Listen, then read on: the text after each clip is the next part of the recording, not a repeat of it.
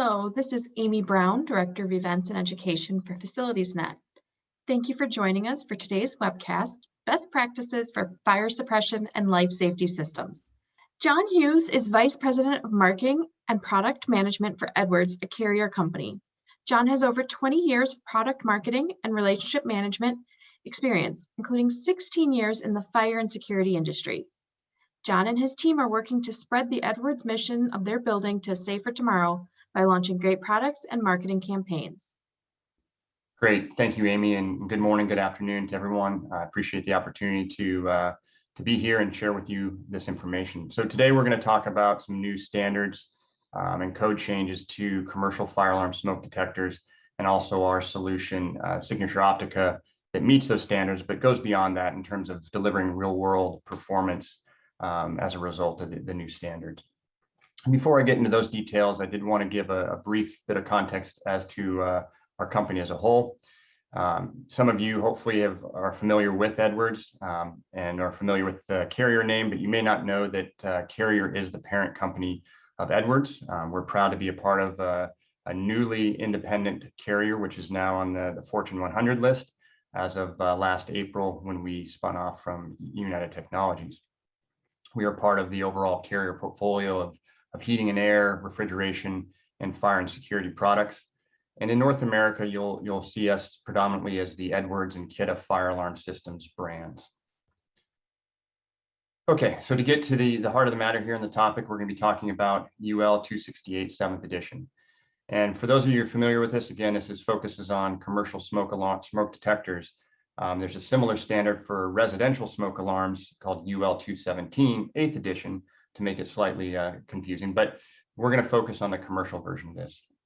And as some historical backdrops here, what had been going on is, while building materials had changed in construction and updates in technology, the way that smoke detectors were being tested hadn't really changed significantly in that time frame. At the same time, we were still seeing nuisance or false alarms continuing to be an issue, forcing evacuations, causing headaches for facilities.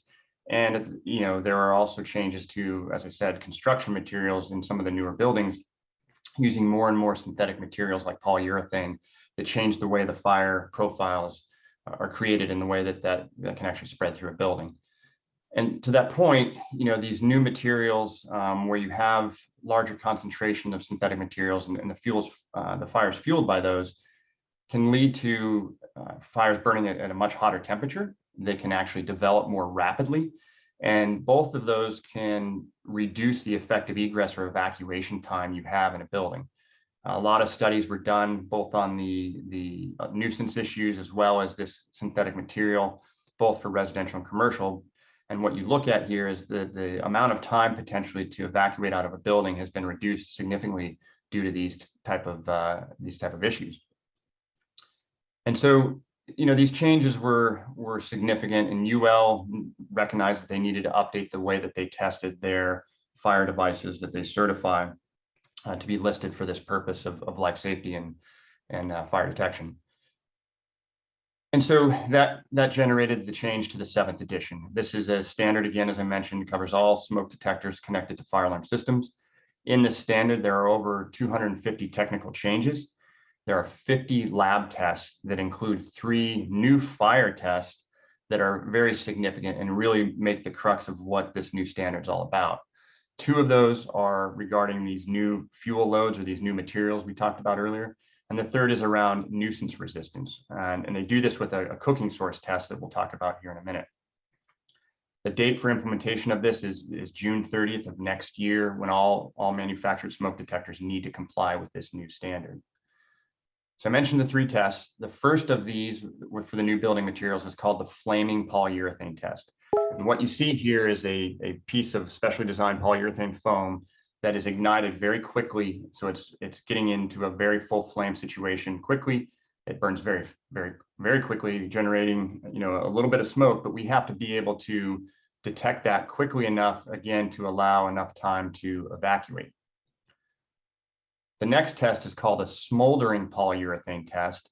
And this is a very slow burning, slow starting fire. And as a result, you get incomplete combustion And that can result in more dangerous, more toxic smoke and gas in that facility or that building that also can impact egress time and be harmful to those occupants. So again, a different way to detect these tests, but both require the manufacturers to be able to detect these fairly quickly to aid in that egress time. The third new test I mentioned is the cooking nuisance test. And this is done literally with hamburgers that are a specific grade that UL has in a specific oven that are put in there and burned to the point where they generate these kind of burnt cooking particles. And the trick here is that we cannot react too quickly to this nuisance alarm, but we do actually have to still react to a new fire. So as you see this video play on the right, you'll see right behind the gentleman, his feet, there's a little white piece of that polyurethane foam. And so they start the hamburger nuisance test. We cannot alarm within the threshold. Then they light the polyurethane test to make sure that the detector actually goes into alarm as it should in the real scenario. The other trick here is that these are very different between detecting those new polyurethane flames quickly enough, but not detecting the nuisance. It's almost a diametrically opposed action here that made it very difficult to comply with this. And as a result, the original date for this change was June of 2020. And now, as of earlier this year, it's been moved to June 30th of next year. And I think that speaks to the difficulty in passing these tests. You know, we're proud and happy that Edwards was the first to be compliant with this new standard back in the fall of 2018, and are shipping our products today that we'll hear about in a moment.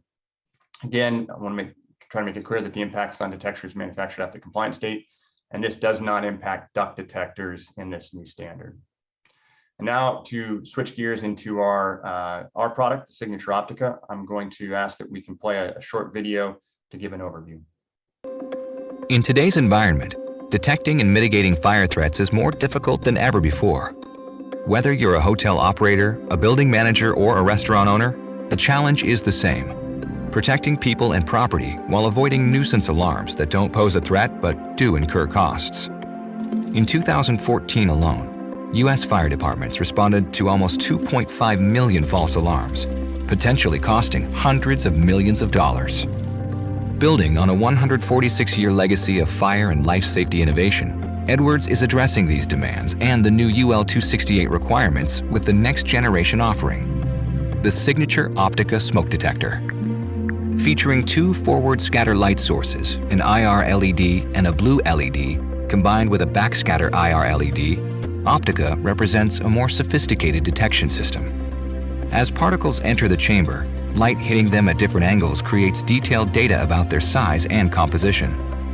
That data is fed into a series of algorithms and consolidated into ratios to determine if the particles are coming from a real fire or a nuisance source. Optica is designed to discriminate between burning food, steam, or fast-moving or smoldering fires and respond accordingly. Optica is part of an integrated intelligence system and retains the Signature protocol, so it's backwards compatible. And because state-of-the-art microprocessors in each detector can activate the signal, they're easily retrofitted to existing Edwards systems without replacing control panels or software. Smart detection designed to recognize conditions and alarm faster with greater accuracy than ever before. The Signature Optica smoke detector, setting the standard for intelligent response to today's threats. Very good. Well, hopefully that was a good overview for everyone. As we switch back into the presentation here, I'll be going a little bit more deeply in terms of how we're actually doing that with this product. Okay, so as I talked about earlier with these new tests, and we heard a little about in the video, what we needed to figure out is how do we still detect the real fires without detecting the nuisance too quickly. And what you see on the bottom here is a chart that looks at the size of particles on the horizontal axis and the count of those particles on the vertical axis. And you'll notice that the real fires that are tested for flaming wood, paper, and these new tests, et cetera, are kind of somewhat in the middle. The cooking nuisance are much smaller particles, and then you have things like dust, steam, or bugs that are actually much larger particles. So we had to figure out how do we actually characterize these particles in a way that allows us to detect what we need to detect and not what we don't. And so we use these sensors that we talked about plus the algorithms to do that. We also can do this while still maintaining, again, our full life safety window. And basically what this means is we're able to detect those real fires at a very wide window of setting within the fire alarm system and still resistant to those nuisance cooking sources as required part of the code. The detector itself is certified. You'll want to look for the new certification mark that shows that it is actually there. And the way that we do this is with an optical only sensor. We can detect these new fires and pass these tests without the need of other sensing elements such as heater or CO. So we'll see in a minute, we can use those models, but we don't have to have those in order to be compliant. And what that looks like here, again, we use the new LED array as well as the algorithms to be able to process these particles and make sure we know what they are. And we do that with the one optical sensor. And then again, if we want to have a combination smoke and carbon monoxide, or a combination smoke heat, or a smoke heat and CO, we have those models available, but not needed for these new fires. And as mentioned in the video, we wanted to make sure we design these to be fully backward compatible, not only with the prior generations of the Signature Optica device so that you can replace the new head on the existing base and wiring, but also with most of our legacy panels dating back several decades so that these can be replaced without causing additional infrastructure investment if not necessary. So a great story here to be able to get the latest technology in smoke detection, but still reusing existing infrastructure. And I think if there's more information, we can certainly cover it in the Q&A, but also you can scan the screen for the QR code here. It'll take you to some of these information. As I mentioned at the beginning, not only are we able to be certified to the new tests, but we have real examples of how this has worked in some real applications. So senior living facility, a university housing facility where nuisance alarms were a significant headache, and we were able to reduce those basically to zero after we replaced the existing detectors with Optica. Also a white paper on why it makes sense to adopt this type of technology even before the standard takes place. And there's also a video we have on our YouTube site that demonstrates how we can absorb the steam to a point without going into nuisance alarm, and then when a real fire is introduced, still go into alarm as we're expected. Can you talk a little bit about existing detectors in facilities and how those are impacted by this code change? Yeah, absolutely. I think that's one of the more, say hello to everyone. That's one of the more common questions we do get in here. So I think it's important to address. The UL standard is that every detector that's manufactured after June 30th next year needs to be certified to the new standard. So what that means is that existing detectors in a building are not affected unless there needs to be a replacement after that date, in which case if it was a new detector that's manufactured after the compliance date, that new replacement would need to be compliant with new detectors.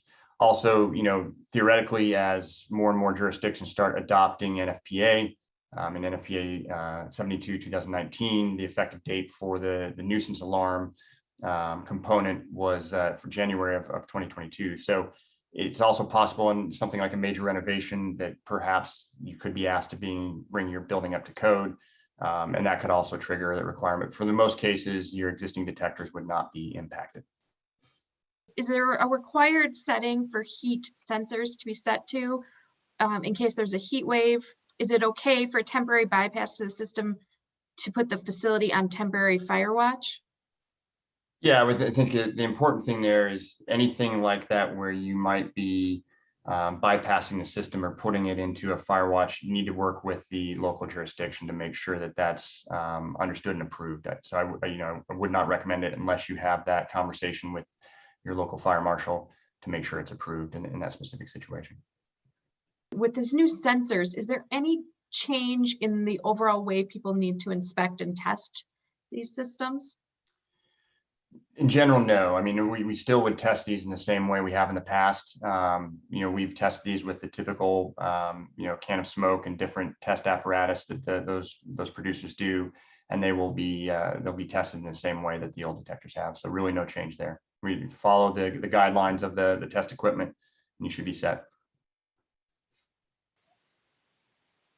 John, another question for you. You talked about some of the nuisance in the university housing.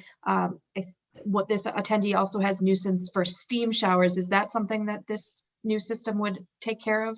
Yeah, so that actually brings up a good point that would be helpful to talk about. So with the nuisance alarms, we still are required to have a fail safe in the detector that if that nuisance source accumulates too much, that will still go into alarm to let the system know that there's an issue.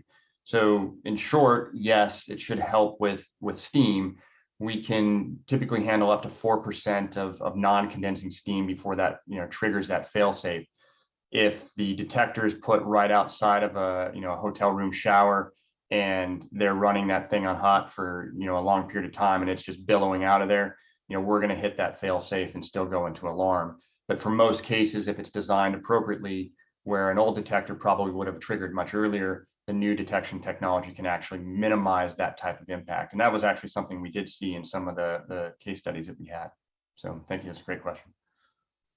For this system, for these new heads or sensors, if you can't replace all of your fire sprinklers or your fire alarms, can you mix and match these with existing? So if it is a Edwards system, then yes, absolutely. You can have a mix of old and new signature Optica detectors with old, up back to the signature first generation, second generation, third generation, et cetera. So any of those can be mixed within the system. Again, you just leave the existing base in there, replace it with a new head, don't have to change wiring. If it's a non-Edwards system, obviously there's not a compatibility, opportunity there, but within our systems, absolutely. John, if somebody wants more information about this update to the code, is there information on your website or would you send them over to UL? Yeah, there's both. I mean, like I said on in the screen I had, and we can send that presentation out. Obviously, it's there.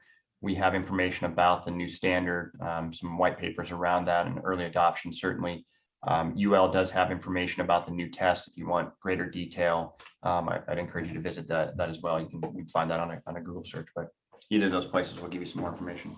The other thing I'd recommend, based on your local areas, one of our Edwards partners are really well versed in the local codes as well as these type of standards. So, I'd encourage anyone that has that kind of question to reach out to one of our Edwards partners in their area, and that's going to help potentially get to a very specific question you have with the system. But those other sources will work as well. Any final thoughts from your side? Look, Edwards' mission is to help build a safer tomorrow, and having an audience like this participate and engage in these discussions certainly helps us all become more educated, get good feedback, and we welcome your input and look forward to more of these conversations. Thank you very much.